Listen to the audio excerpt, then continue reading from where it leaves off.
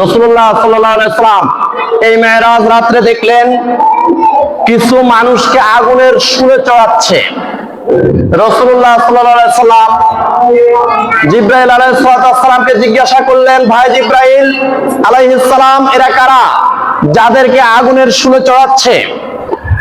তখন জিবরাইল আলাইহিস সালাম বললেন, এরা হলো ওরা যারা দুনিয়ার মধ্যে মানুষকে তুচ্ছ তাচ্ছিল্য করত, যারা দুনিয়ার মধ্যে মানুষকে ঠাট্টা করত।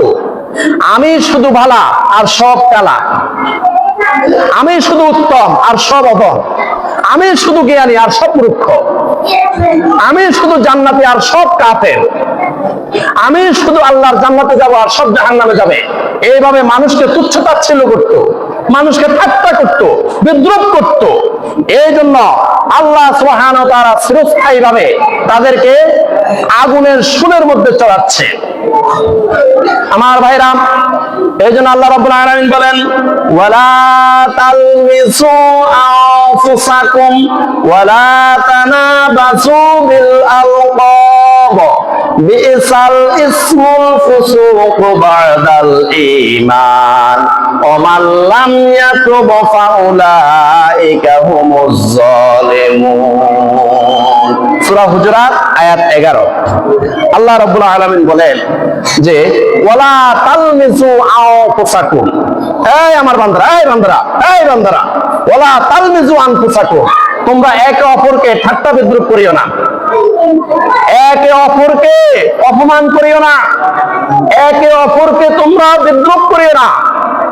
ওয়ালা তালমিসু আনফুসাকুম ওয়ালা তানাবাসু বিল আলকাব, তোমরা একে অপরকে মন্দ নামে ডাকিও না, খারাপ নামে তোমরা একে অপরকে ডাকিও না।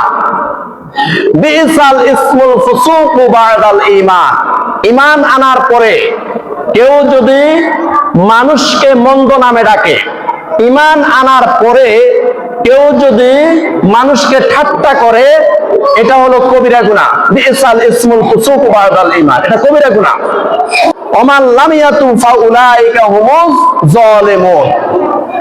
আর কেউ যদি মানুষকে ঠাট্টা করে, মন্দ নামে ডাকে, খারাপ নামে ডাকে, মানুষকে অপমান করে, এই মানুষকে ঠাট্টা করার পরে, অপমান করার পরে, বিদ্রুপ করার পরে, মন্দ নামে ডাকার পরে সে যদি তওবা না করে, তওবা না করে যদি মারা যায়, হাসরের ময়দানে সে জালেমদের কাতারে দাঁড়াইতে হবে। নাউজুবিল্লাহ।